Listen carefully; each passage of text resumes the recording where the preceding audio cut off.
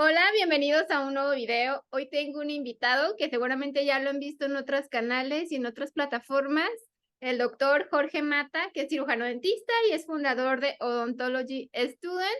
Se encuentra en Monclova, Coahuila, y lo encuentran así en redes sociales, como los vamos a poner aquí abajo en YouTube. Tiene DR Jorge Mata, igual en Insta, y en Instagram también tiene Odontology Student. Bienvenido, doctor, ¿cómo estás? Muy bien, doctora. Primero que nada, pues muchas gracias por la invitación. Mucho gusto, la verdad que aprecio mucho tu trabajo y lo que estás haciendo.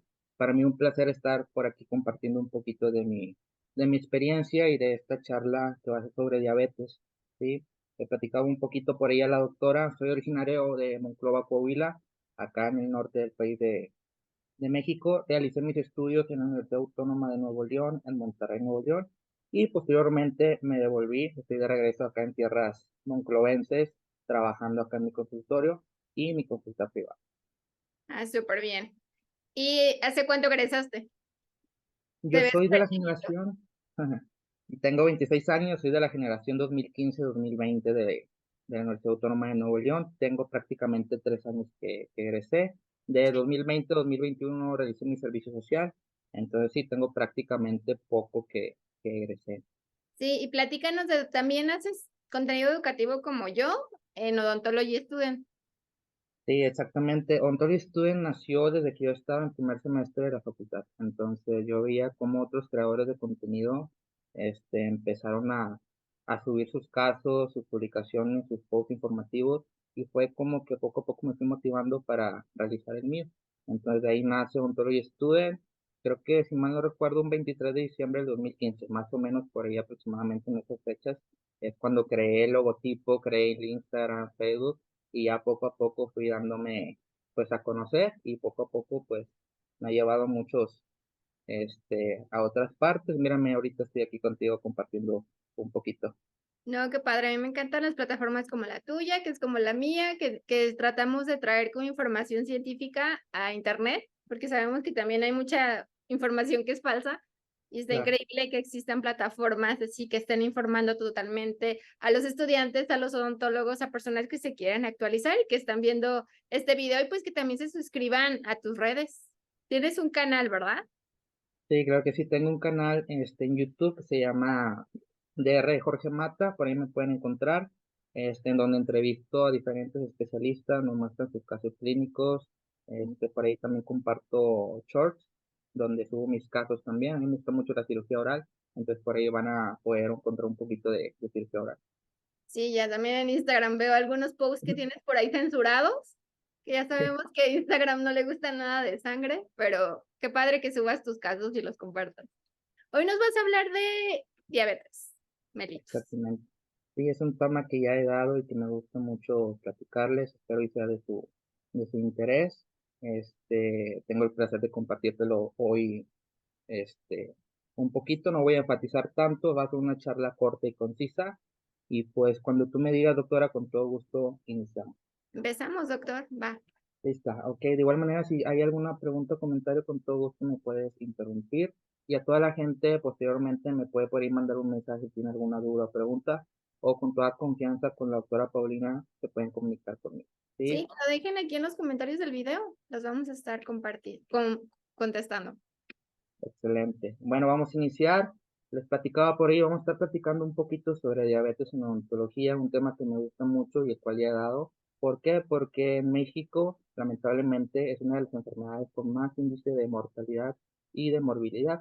Entonces, es súper importante que nosotros como odontólogos sepamos cómo atender a nuestros pacientes, y no solo eso, saber cómo esta enfermedad puede, cómo funciona, vaya, ¿sí? Cómo es el proceso de esta enfermedad y cómo nosotros como odontólogos podemos, tanto diagnosticarla como tratarla, en odontología, ¿sí? Me presento, soy el doctor Jorge Mata, fundador y administrador de Odontology Student, y pues bueno, siempre me gusta organizar, mis charlas con un temario para que ustedes sepan de lo que vamos a estar platicando, ¿sí? Vamos a estar platicando sobre qué es la diabetes, los tipos de diabetes, signos y síntomas, cómo puedo yo como clínico, reconocer algún signo, algún síntoma de diabetes, y en base a eso dar un diagnóstico, ¿sí? ¿Cómo se diagnostica? Les voy a platicar los diferentes medios, los diferentes exámenes de laboratorio que podemos usar nosotros como clínicos para lograr diagnosticar esta enfermedad, ¿sí? Y lo más interesante, el protocolo de atención odontológica. ¿Cómo puedo yo como odontólogo tratar a un paciente que tiene esta enfermedad, ya sea diabetes tipo 1, tipo 2 o tipo 3? ¿Sí? Las complicaciones orales frecuentes también que podemos encontrar en cavidad oral, porque no solamente es la diabetes, de esta patología, de esta enfermedad desencadena otras que nosotros como odontólogos podemos encontrar en la cavidad oral y pues por último la consulta. ¿Sí? Platicábamos un poquito acerca de qué es la diabetes. Bueno, hay que entender que la diabetes es una alteración metabólica y endocrina, caracterizada por un estado de hiperglucemia. ¿Qué quiere decir esto? Altos niveles de glucosa en la sangre o altos niveles de azúcar en sangre, ¿sí? Resultante de una deficiente secreción o en la acción de la insulina. Recordemos también que la insulina es secretada por el páncreas. ¿Sí? Platicando un poquito sobre los tipos de diabetes, vamos a encontrar tres principales tipos. ¿Sí? La diabetes tipo 1, anteriormente conocida como diabetes juvenil, o también conocida anteriormente como insulino dependiente. ¿Sí? Esta es su principal característica, es por la nula producción de insulina debido a la destrucción de las células beta del páncreas. Como lo platicaba hace unos momentos, el páncreas es el encargado de secretar la insulina.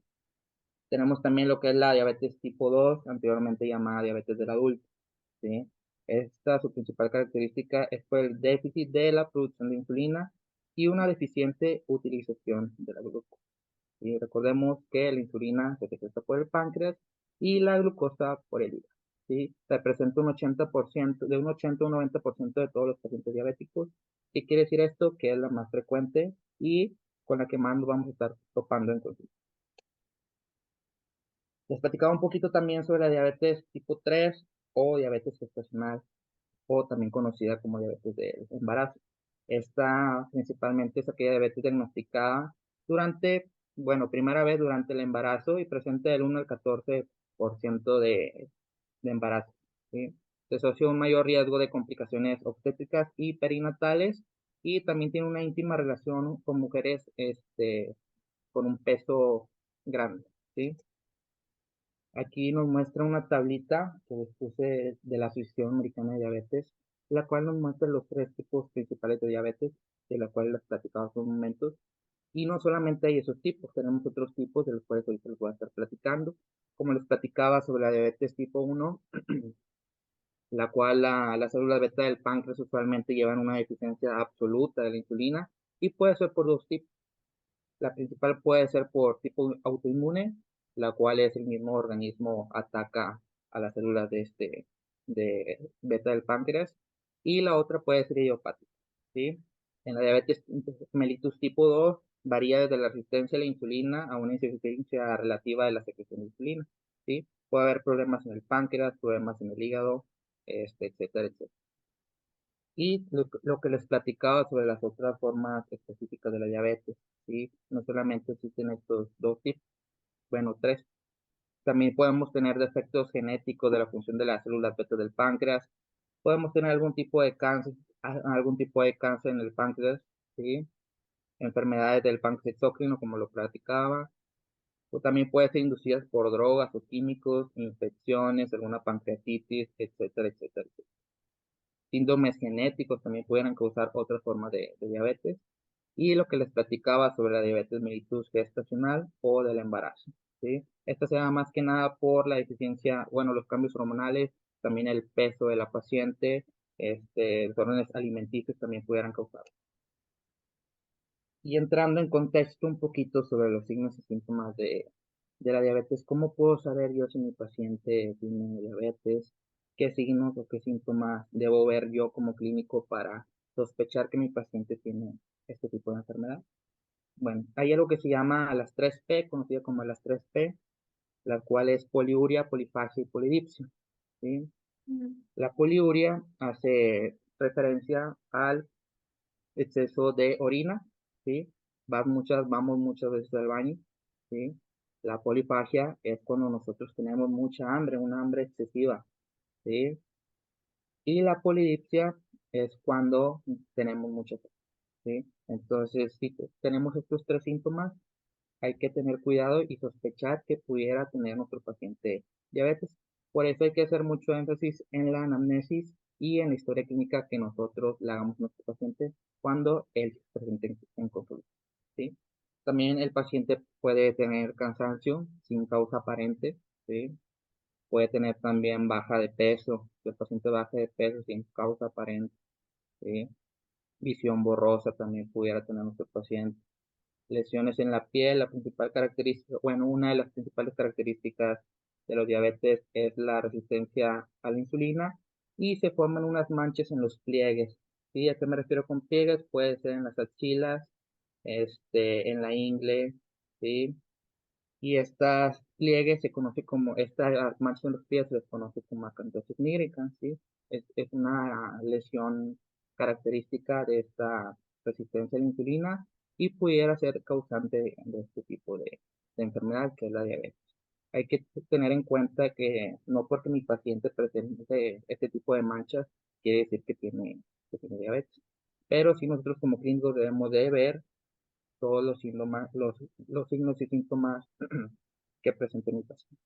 También podemos tener problemas sexuales e infecciones vaginales y en la cavidad oral, que ahorita les voy a estar desglosando un poquito más a fondo para que sepamos distinguir y diagnosticar o sospechar, ¿sí? Si mi paciente pudiera tiene diabetes. Como que observar al paciente desde que llega de cabeza a pies, porque siempre nos enfocamos como nada más en ir a verle la boca y pues darle un vistazo a simetrías, cara y todos los signos que pueden, a lo mejor una enfermedad que el paciente no sepa que tiene.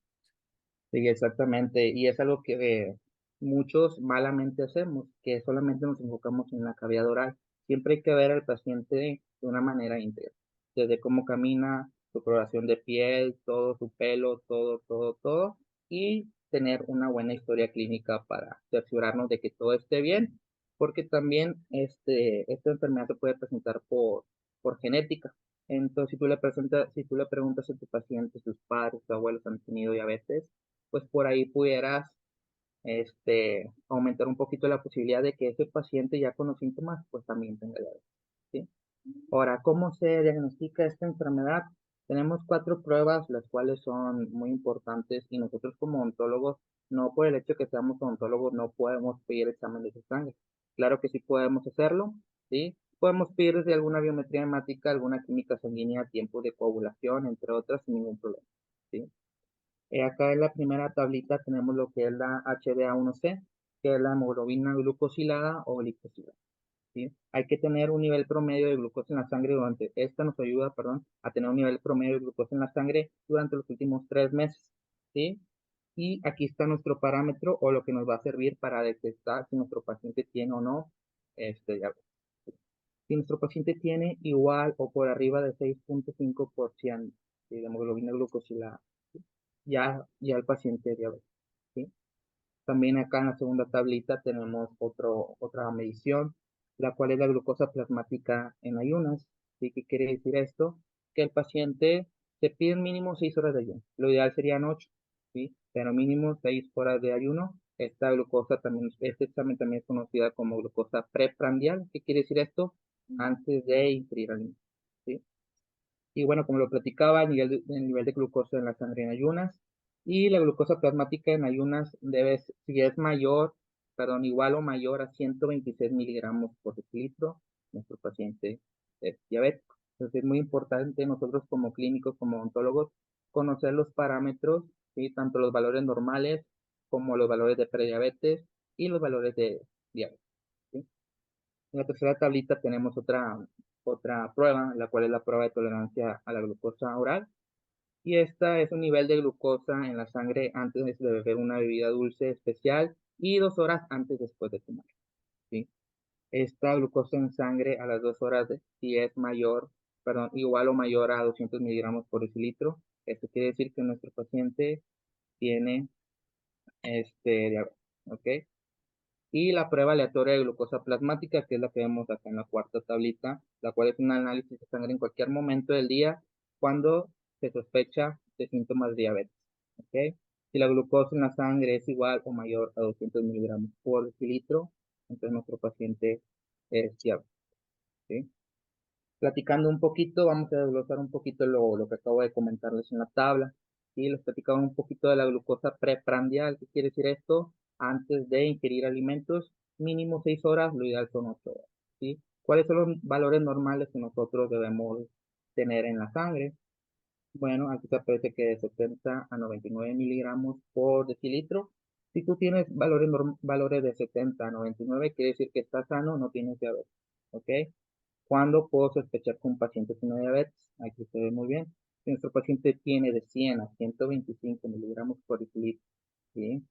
Pudiera sospechar que el paciente ya se le conoce como prediabetes, ¿sí? Y si nuestro paciente tiene valores mayores a 126 miligramos por decilitro, ahí ya puedo decir que nuestro paciente ya lamentablemente tiene diabetes. ¿Ok? Muy importante saber y conocer este tipo de exámenes, por si llega algún día algún paciente a la consulta, nos llega con nuestra tabla, con su tabla, con sus exámenes, sí, ya sea de hemoglobina glucosilada, biometría hemática, química sanguínea, saber diagnosticar. ¿Sí? Tenemos ahora lo que es la glucosa postprandial, ¿sí? Esta se toma 2 horas después de haber ingerido alimentos, ¿sí? Y los valores normales oscilan entre los 90 a los 139 miligramos por decilitro, ¿sí? Se considera prediabético a una persona que maneja entre 140 a 199 miligramos por decilitro y valores mayores a 200 miligramos por decilitro, se puede decir que ese paciente es diabético. Tal vez se pregunten por qué, cuál es la diferencia de la glucosa preprandial a la postprandial. Recordemos que en la postprandial ya ingerimos alimentos, ¿sí? Entonces por eso los valores aumentan. Ok, ahora platiquemos un poquito sobre la hemoglobina glicosilada o glucosilada, ¿sí? Los valores normales. Si nuestro paciente tiene un valor menor a 5%, quiere decir que está sano, ¿sí? ¿Cuándo puede decir que es un paciente prediabético? Cuando su valor de hemoglobina glucosilada oscila entre los 5 a los 6%. Y si tenemos un valor mayor a los 6%, pues quiere decir que nuestro paciente lamentablemente es diabético, ¿sí? ¿Cómo se diagnostica? La curva de la tolerancia a la glucosa. Este es otro examen y los valores normales oscilan entre los 90 a los 139 miligramos por decilitro. Se puede decir que mi paciente es diabético, prediabético, perdón, entre los 140 a los 199 miligramos por decilitro y valores mayores a 200 miligramos por decilitro, nuestro paciente es diabético, ¿sí? Ahora que ya sé que mi paciente es diabético o que me llega algún paciente diabético o el paciente ni siquiera sabe que es diabético, ¿cómo puedo yo diagnosticar, o bueno, no diagnosticar, pero sí tener sospechas de que mi paciente pudiera o no ser diabético? Bueno, hay unas complicaciones orales que son frecuentes en este tipo de enfermedad, como es la serostomía, la candidiasis, la enfermedad periodontal, los abscesos periodontales, el síndrome de boca ardiente, cicatrización retardada, quelitis angular, halitosis, ¿sí? Estas son las complicaciones orales que frecuentemente presentan los pacientes diabéticos, ¿sí? Más que nada se presentan muchos casos de candidiasis. ¿Por qué? Por la misma serostomía, por la misma resequedad de la boca, ¿sí? Llega el hongo, ataca a la lengua por ahí y se nos hace esta enfermedad muy frecuente en pacientes diabéticos. También la enfermedad periodontal es súper común tenerla en pacientes diabéticos, la quelitis angular y pues el mal aliento obviamente a causa de la tirostomía, Y ¿sí? la Ojo, cicatrización. exactamente también la cicatrización Tardada, retardada, sí. cuando hacemos alguna exodoncia o algo y nosotros no sabemos, ni el paciente sabe, y el paciente no cicatriza, no cicatriza, no cicatriza, ahí es cuando nos damos cuenta que tal vez el paciente pueda o tener algún trastorno de la población o probablemente ser diabético. Entonces, súper importante la historia clínica, siempre, doctores, siempre estar al tanto de nuestro paciente, y no solo del paciente, sino también de los hábitos que él tenga y de los antecedentes heredofamiliares, ¿sí? Ok, vamos a platicar ahora sobre el tratamiento farmacológico de estas complicaciones orales.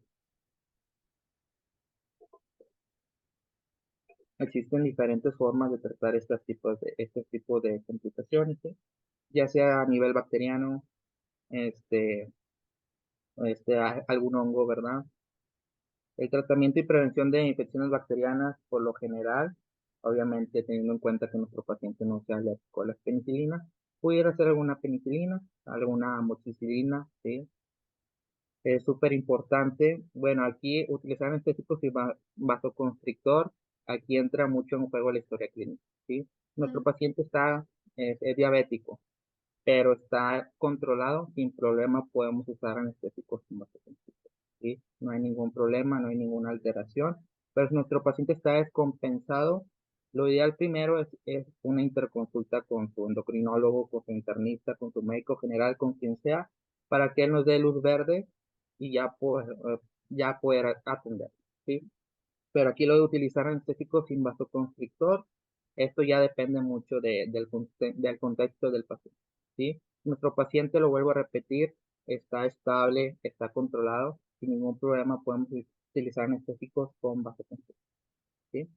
Y ahora lo que les platicaba sobre las infecciones micóticas o por hongos, ¿sí? Se le puede recetar antifúngicos convencionales como la nistatina. En este caso platicábamos un poquito de la cándida, que es la que más comúnmente vemos en pacientes diabéticos. Entonces, siempre con un buen diagnóstico para poder atender este tipo de infección. Y algo sumamente importante a la hora de atender a un paciente diabético, y no solo pacientes diabéticos, puede ser a cualquier tipo de paciente, es la situación de estrés. Y recordemos que la hipertensión arterial tiene una íntima relación en pacientes diabéticos, ¿sí? Y pues no solo eso, también pacientes sanos, la situación de estrés, hay que tener un ambiente tranquilo, ser empático con nuestro paciente, obviamente no mostrarle la aguja, cómo lo vamos a anestesiar, que no vea sangre. ¿Por qué? Porque se puede alterar, y eso queramos o no, psicológicamente sí puede afectar un poquito tanto en la tensión arterial como en algunos otros parámetros. Entonces siempre empatizar con el paciente, ser lo más precavidos posible. ¿Para qué? Para que el paciente se sienta tranquilo, se sienta en un ambiente seguro y nosotros trabajar de una manera más cómoda.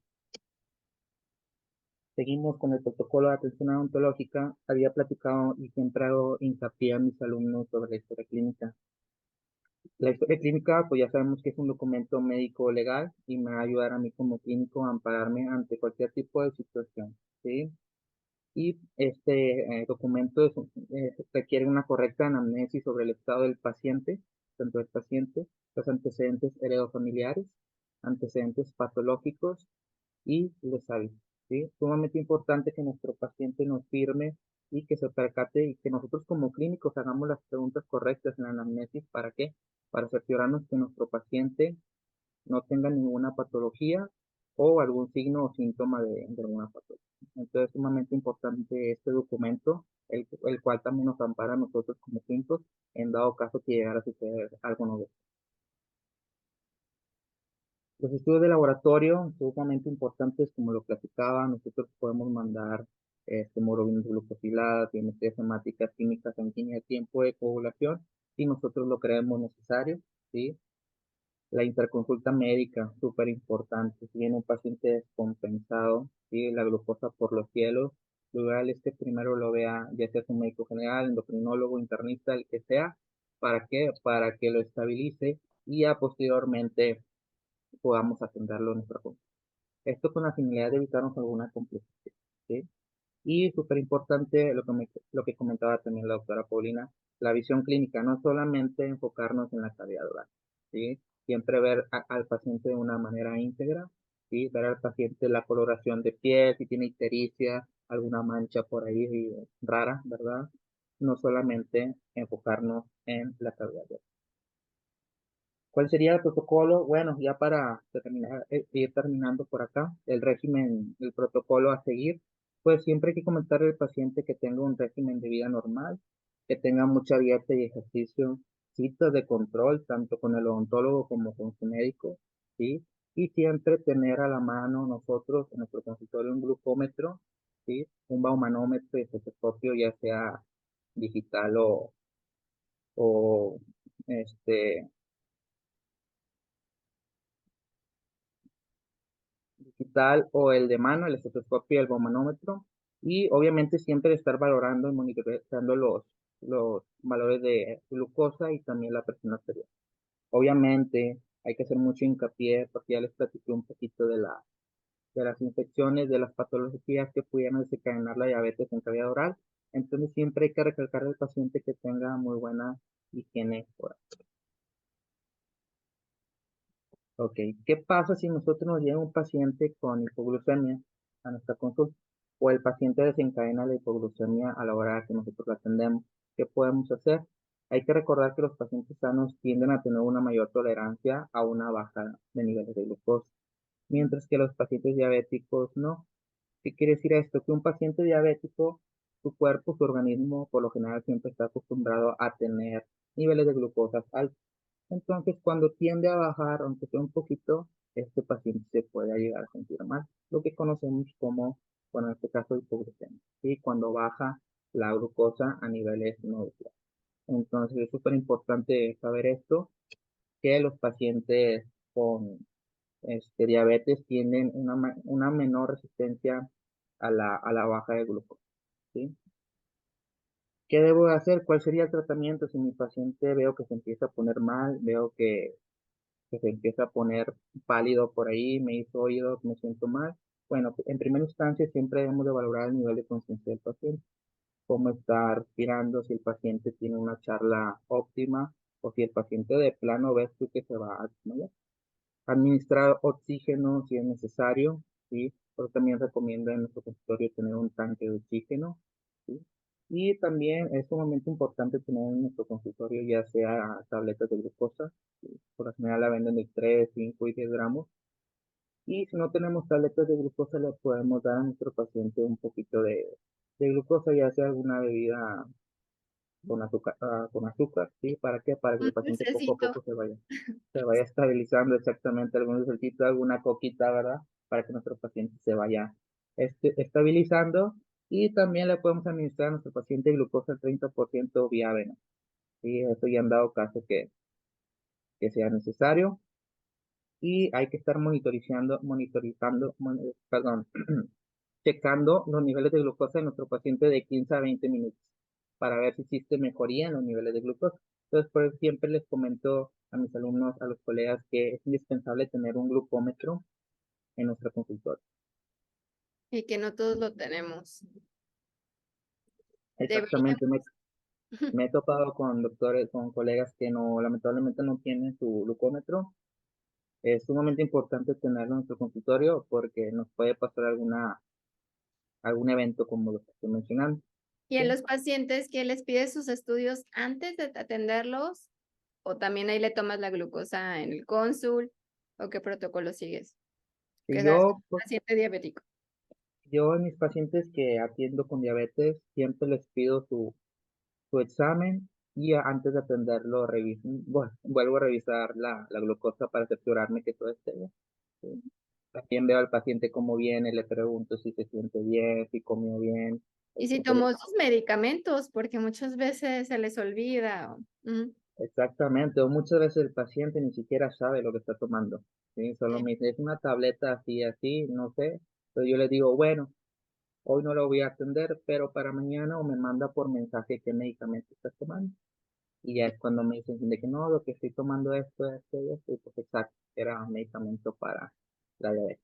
Es súper importante, doctores, siempre revisar historia clínica, preguntarles a nuestros pacientes lo que toman, ¿verdad? Qué medicamentos toman, los hábitos también, ¿verdad? Hay muchos pacientes que son muy sedentarios, no hacen actividad física, y eso créanme que también influye mucho en esta enfermedad, ¿sí? Retomando un poquito sobre el protocolo de atención odontológica, vamos a ver ahora qué puedo hacer si mi paciente presenta un cuadro de hiperglucemia. ¿Sí? Quiere decir esto, si mi paciente se le sube la glucosa. ¿Sí?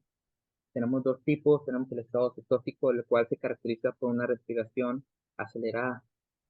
Nuestro paciente empieza a hiperventilar, ¿sí? Se siente un poquito mal. Y por otro lado tenemos el estado hiperosmolar, el cual se caracteriza por diuresis y deshidratación. Si el paciente orina, se empieza a deshidratar. Entonces, ¿cómo puedo tratar este tipo de hiperglucemia? Pues bueno, lo principal es, como lo que estaba, checar, medir su glucosa capilar, ¿sí? En dado caso de ser necesario, administrar insulina rápida, ¿sí? O suero fisiológico de 500 centímetros cúbicos hasta completar los 1000 centímetros cúbicos. ¿Esto para qué? Para hacer minimizar por ahí, estabilizar, vaya, los niveles de glucosa en sangre. ¿Sí? Monitorizar a nuestro paciente y de ser necesario, si el paciente no se estabiliza, pues ya ahora sí marcará al 911 que venga alguna ambulancia para que llevar al paciente al hospital. ¿Sí? Obviamente esto no debería suceder con nuestra historia clínica correctamente realizada, pero si nos llegara a pasar, que puede pasar, ¿sí? Es importante saber qué hacer, ¿sí? Bueno, ya para concluir, es importante que el paciente diabético tenga un control sobre su dieta y cuidados, como lo platicábamos, dieta, ejercicio, acudir a consultas con su médico, odontólogo acerca de los cambios que sufra con la evolución de su enfermedad. Esto con el fin, la finalidad de que el paciente pues, esté un poquito más estable, ¿sí? No se sienta mal y nosotros como odontólogos tenemos una mayor seguridad al atender este tipo de pacientes. Te agradezco mucho, doctora Paulina. Por aquí les dejo mis redes sociales si tienen alguna duda o pregunta.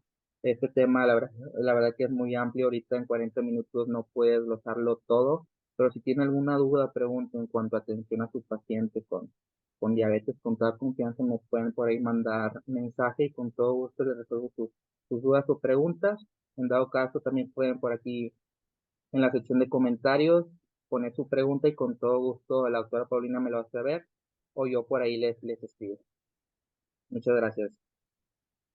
No, gracias, doctor Jorge Mata, por estar aquí, por hablarnos de diabetes, porque creo que como odontólogos o como estudiantes, al ser de las enfermedades más comunes en el mundo, estaba leyendo que 422 millones de personas, seguramente tanto hipertensos como diabéticos nos van a caer al consultorio y hay que saber qué hacer. No podemos estar como en blanco de no sé los parámetros, de no sé qué hacer, de no sé cómo es un paciente diabético, de qué medicamentos toma. Si me dice un medicamento, no sé si es para la diabetes. Yo creo que todo eso nos tenemos que pues estar actualizando porque de que vayan a llegar pacientes diabéticos, nos van a llegar por la frecuencia que existe tanto de esta enfermedad. Y me encanta que estuvieras aquí, que nos hablaras un poquito de este tema, pero muy conciso y muy nutrido para que todos los que nos están viendo, pues lean, vean esta presentación las veces que quieran, cualquier duda no la dejen y se estén actualizando de este tema, porque no podemos andar en blanco de la diabetes, porque sí es súper común. Sí, claro que sí, doctora. Como lo comenta, es una enfermedad que lamentablemente se ve mucho en México. Entonces Sí, siempre hay que estar prevenidos, perdón, y saber qué hacer, ¿verdad? Saber cómo abordar este tipo de pacientes. sí, pues te agradezco. Agradecido por tu invitación, la verdad que espero les haya gustado esta charla y no duden en contactarme si tienen alguna duda o pregunta. No, gracias por venir y hablar del tema. Sabes que eres bienvenido cuando gustes y después te vamos a invitar a hablar de anestésicos, que sé que eres experto también. Claro que sí, cuando gusten contar con quien estamos a la orden. Y pues nuevamente, muchísimas gracias, doctora. Gracias a ti. Repítenos tu canal de YouTube. Bueno, me pueden encontrar en YouTube como dr.jorgemata, igual que en mi Instagram, así estamos. Paren el video y vayan a suscribirse, que también sube muy buenas entrevistas y es un gran doctor. Y gracias por estar aquí. Sígalo en sus redes, sígalo en Instagram, sígalo en YouTube. Y gracias por estar aquí. Un abrazo hasta Monclova y nos vemos en un próximo video. A los que nos están viendo, denle like y suscríbanse. Hasta luego. Bye.